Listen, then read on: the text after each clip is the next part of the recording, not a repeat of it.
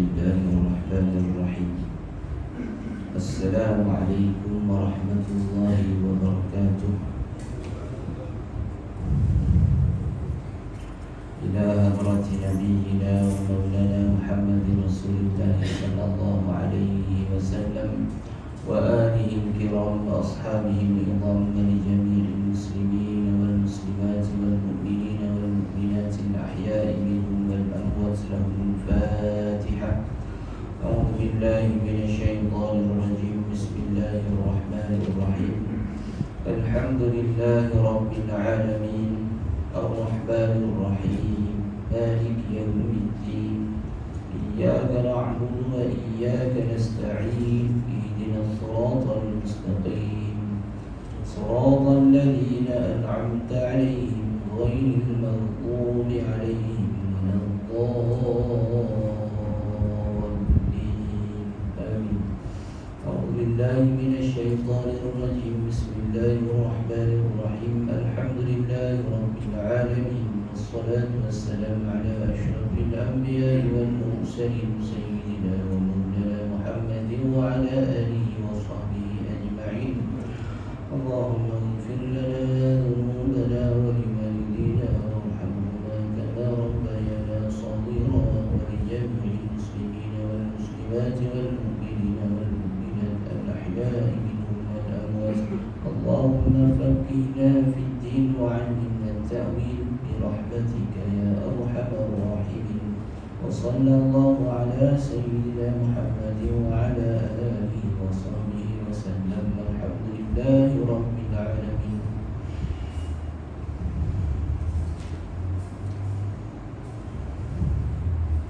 الحمد لله والصلاة والسلام على رسول الله وعلى آله وصحبه ومن والاه.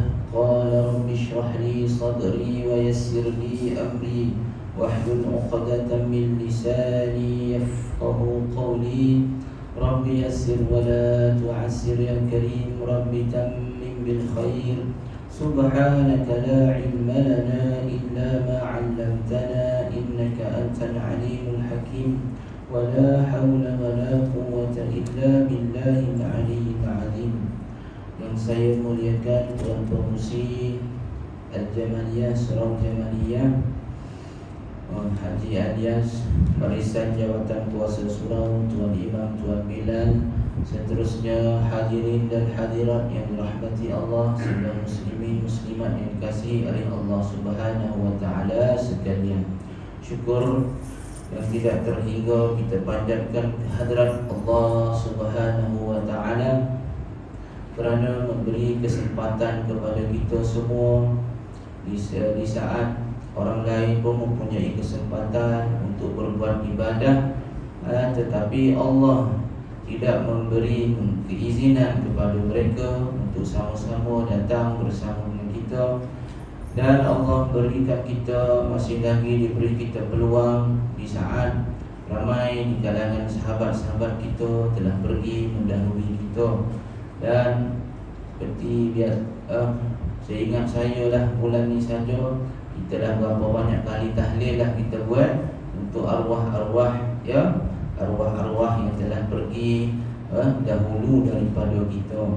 Jadi mungkinkah esok, mungkinkah lusa hari kita pula akan dijemput oleh Allah Subhanahu wa taala. Hari-hari malam ni insya-Allah ada lagi majlis tahlil untuk ibu mertua kepada Tuan Haji Alwi. Jadi saya rasalah seingat saya akan ambil masa sedikit lah untuk kuliah dan kita akan buat tahlil sebelum Isyak insya-Allah. Dan lepas Isyak kita buat lagi sekali bacaan surah Al-Mulk kita insya-Allah.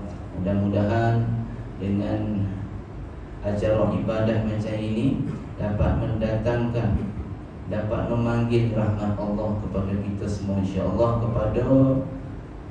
kepada jemaah di sini dan juga kepada penduduk-penduduk di sini insya-Allah. Mudah-mudahan penduduk-penduduk di sini akan mendapat taufik hidayah. Kita doakan sama-sama dah sahabat-sahabat kita yang masih belum lagi dapat sampai ke surau kita ni. Kita doakan sama-sama, mudah-mudahan dengan corong-corong mikrofon kita ni sampai ke telinga dia dan dia terbuka hati.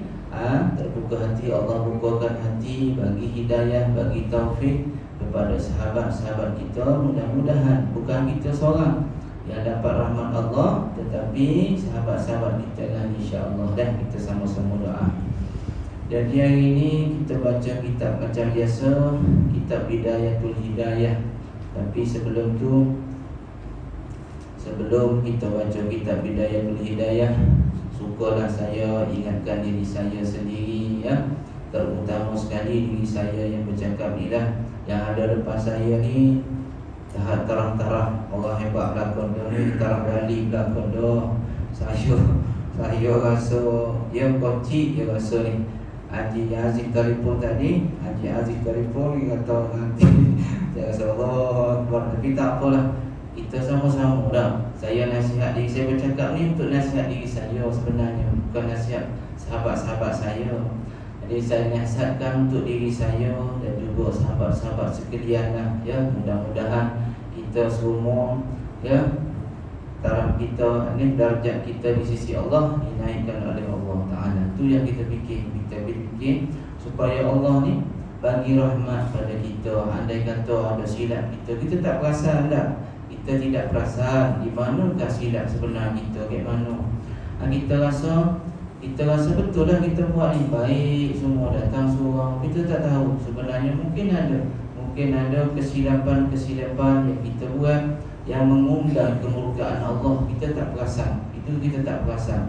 Jadi hari ini dalam kuliah-kuliah daripada tuan-tuan guru yang lain semuanya sekali kuliah tu nak cari mana silap diri kita. Bukan nak cari silap orang lain, cari silap diri sendiri.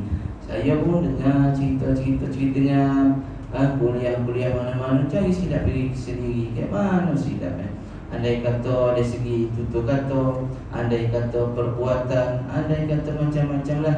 Bahasa badan kita pun kadang-kadang mengundang kepada dosa, mengundang kemurkaan Allah Subhanahu wa ta'ala.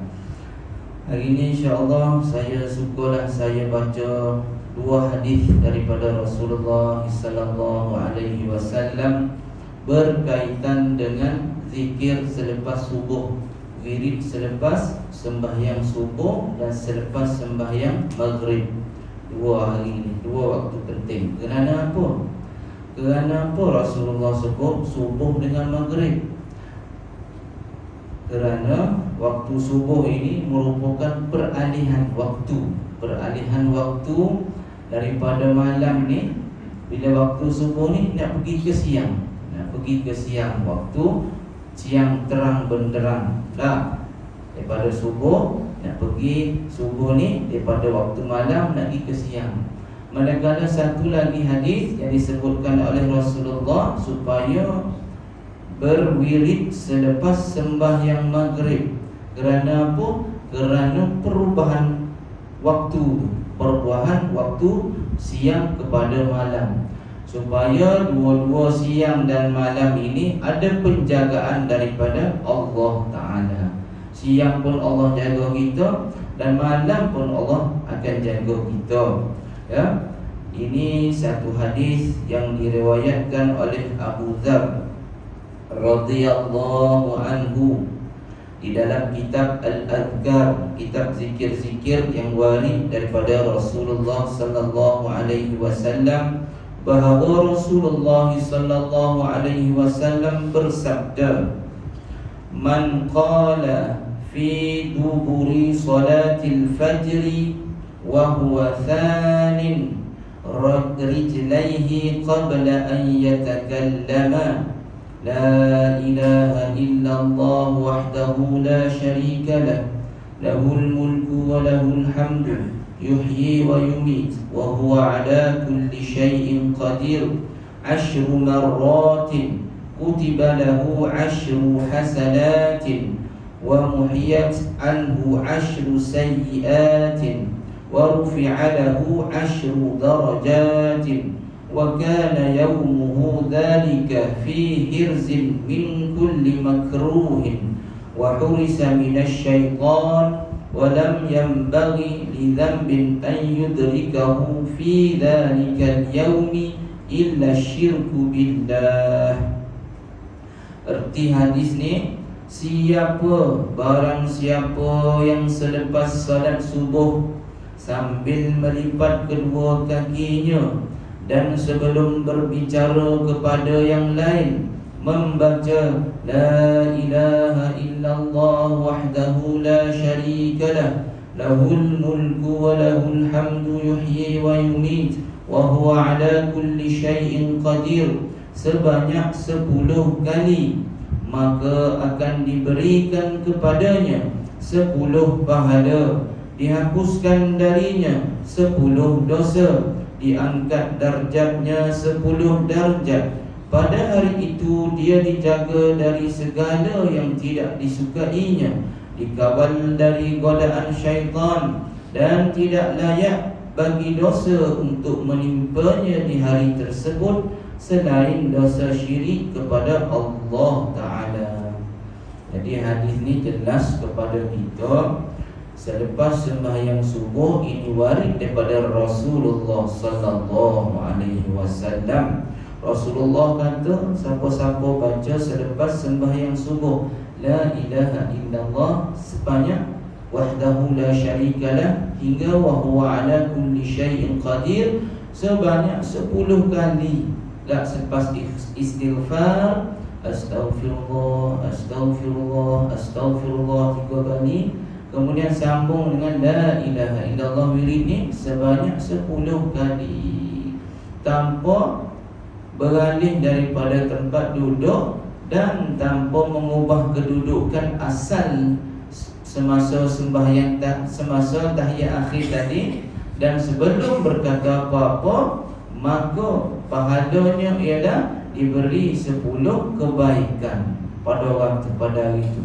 10 kebaikan ni, sahabat ni, muslimin yang dirahmati Allah, dan 10 kebaikan yang Allah bagi ni tak sama dengan 10 satu kebaikan yang manusia bagi pada manusia. Berbalas kebaikan. Saya bagi sahabat saya 1 kilo gula lah, sahabat saya balas saya 1 kilo gula juga. Tak, sama-sama berbalas kebaikan. Tapi kebaikan yang Allah bagi kepada manusia ni tidak sama. Tak, tidak sama. Jadi kita rebut peluang ni, 10 kebaikan yang Allah bagi, dan seterusnya dihapuskan darinya 10 dosa. Dosa, dah 10 dosa. Kita tak tahu dalam apa bagi suratan amalan kita ni yang ditulis oleh malaikat Raqib dan Atid ni, kita tak tahu berapa banyak menulis tentang dosa yang kita buat. Jadi setiap pagi selepas subuh, ingat cara dia nak hapuskan dosanya ialah dengan cara baca ni. Seterusnya diangkat darjatnya 10 darjat di sisi Allah. Pada hari itu dia dijaga daripada segala yang tidak disukainya, dikawal dari godaan syaitan, dan tidak layak ditulis dosa baginya melainkan dosa syirik kepada Allah. Syirik pada Allah, Allah tak ampunlah. Itu antara kelebihan la ilaha illallah wahdahu la syarikalah, lahul mulku wa lahul hamdu yuhyi wa yumit wa huwa ala kulli syai'in qadir, sebanyak 10 kali.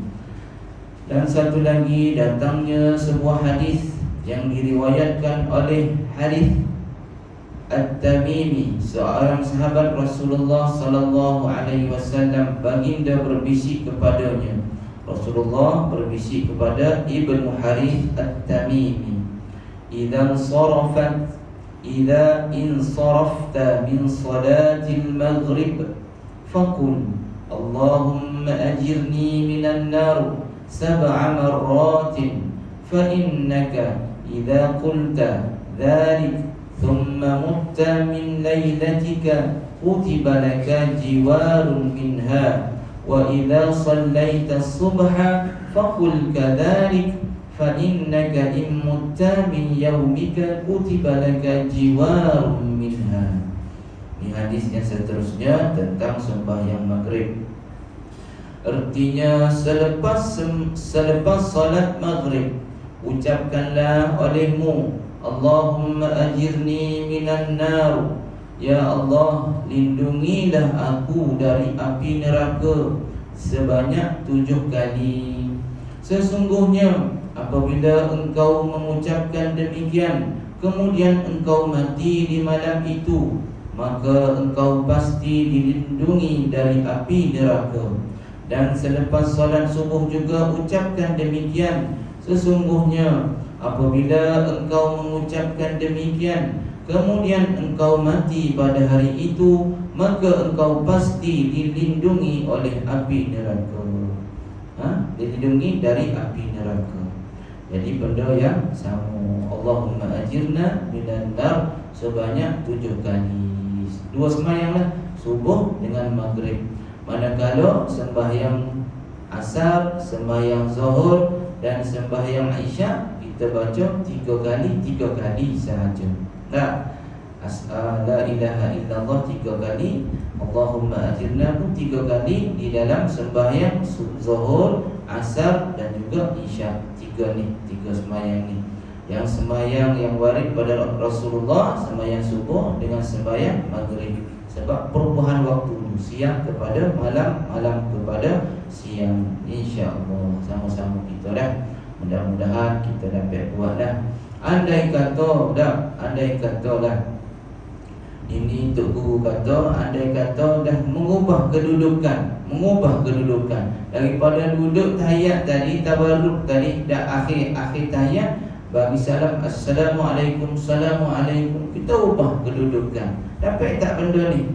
Benda yang 10 kebaikan, 10 dosa dihapuskan, 10 darjat diangkat. Dapat tak? Kata Tok Guru, tak dapat dah. Sebab apa? Sebab dah mengubah kedudukan. Melainkan darurah. Kalau saja-saja tak dapat, rugilah. Sangat-sangat rugi. Dah semayang dah habis selesai, terus menyandarkan dinding. Tak boleh dah tu. Rugi dah. Rugi nak rebut ni, peluang ni. Rugi sangat-sangat. Ataupun dah assalamualaikum, assalamualaikum, terus cuit kawan sebelah bercakap benda lain dulu selain berkata-kata, kerana Allah, benda-benda yang boleh mendatangkan ingat pada Allah. Pun rugi juga. Sama-sama rugi. Sembahyang dalam sembahyang tu tak tahu berapa banyak pahak markah kena tolak.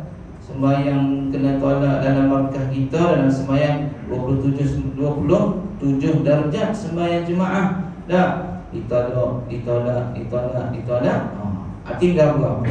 Kat mana kita nak cari balik ni? Nak cari balik di dalam wirid sembahyang tadi. Dalam wirid-wirid sembahyang subuh dan wirid sembahyang asar dan maghrib, dan juga wirid-wirid sembahyang lain, insya-Allah taala. Dan Rasulullah juga kata kepada kita semua supaya kita ambil peringatan, siapa-siapa yang membaca ayatul kursi selepas sembahyang, tiap-tiap sembahyang fardu, maka Allah akan menjaganya. Menjaga daripada mana? Daripada api neraka juga. Neraka Allah pun dapat dibentengkan dengan ayat-ayat al-kursi, ayat kursi.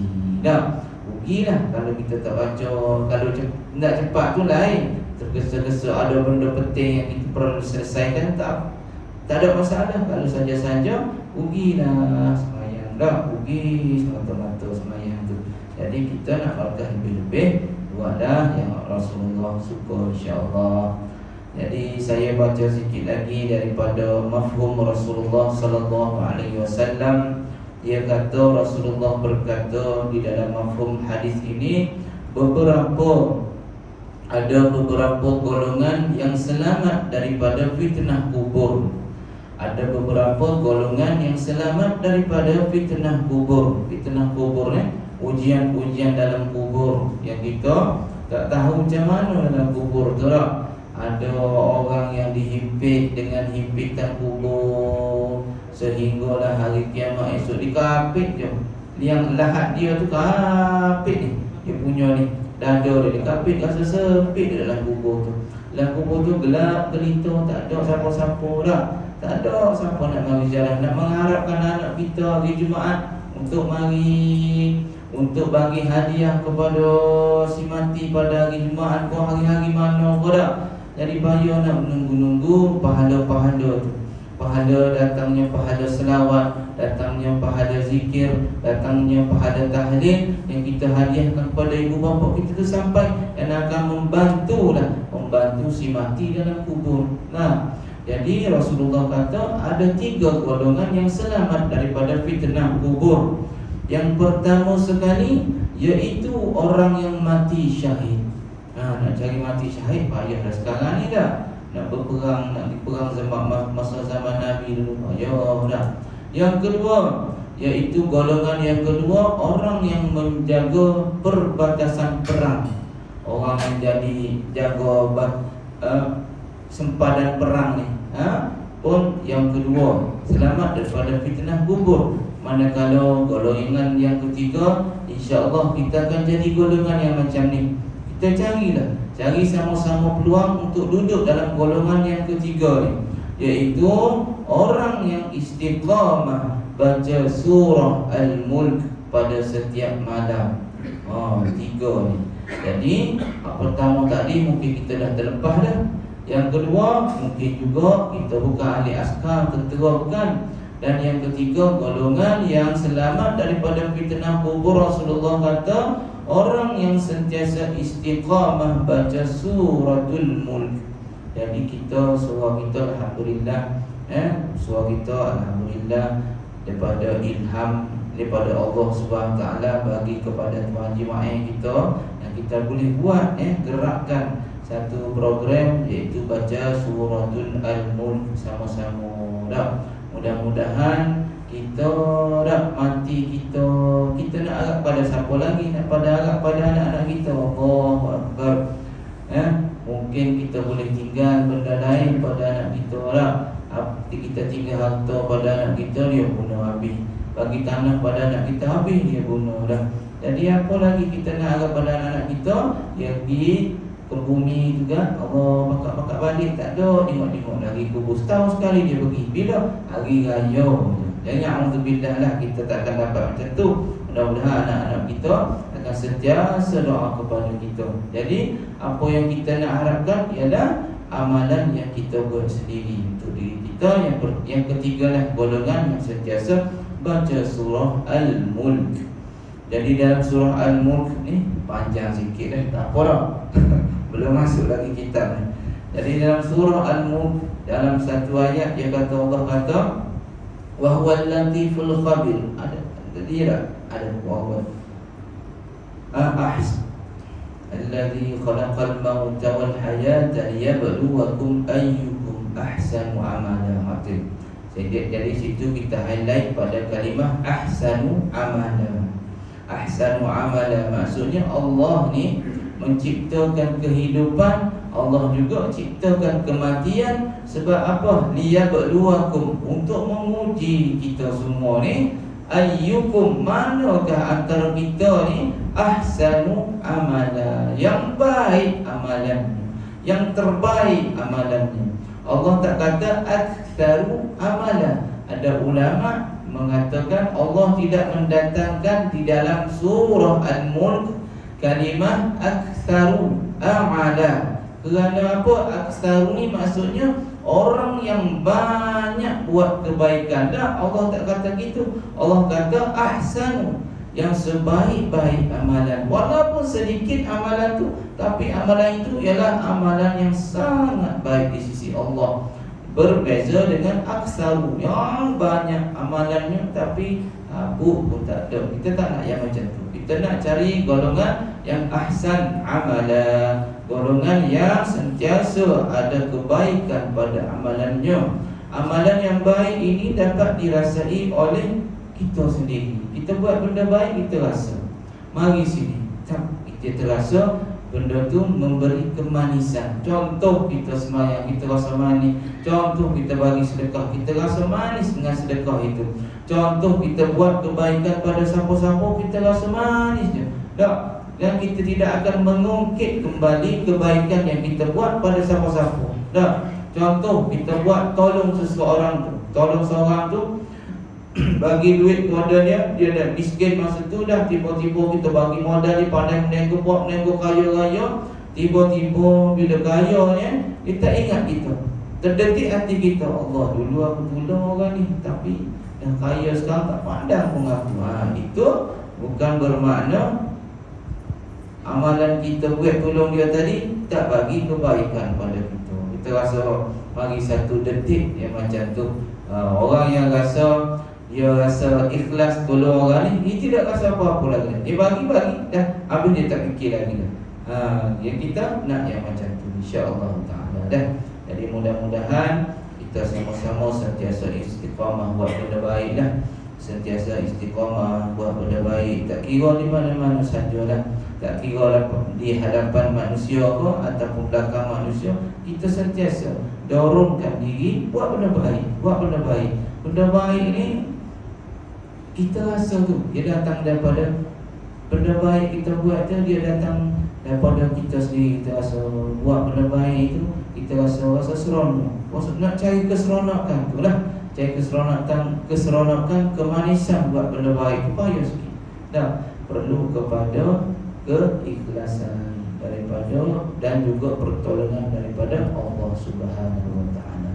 Saya rasa sepadan itulah malam ni, boleh dah. Sepadan itu saja. Jadi saya tak baca kitab ni. Jadi insya-Allah kita jumpa pada tahun depan insya-Allah Saya baca kitab ni pada tahun 2022 nanti insya-Allah. 2021 ni dah habis dah. Jadi insya-Allah mudah-mudahan saya doakan semua sekali jemaah-jemaah kita semua berada di dalam kebaikan, berada di dalam pengawasan Allah Subhanahu Wa Taala dan penjagaan daripada Allah Subhanahu Wa Taala. Dan mudah-mudahan andai kata Allah cabut nyawa kita sama ada malam ini ataupun besok hari, mudah-mudahan diberikan kekuatan kepada kita untuk menyebut la ilaha illallah, sama ada di mulut kita ataupun di dalam hati kita, sentiasa terdetik sebanyak detiknya jantung kita tu sebagaimana kita sebut la ilaha illallah. Detikkan hati kita la ilaha illallah, berdegup jantung kita itu, itulah sebutan kita la ilaha illallah. Mudah-mudahan insya-Allah dah. Jadi insya-Allah kita sambung dengan majlis tahlil untuk arwah ibu mertua Tuan Haji Alwi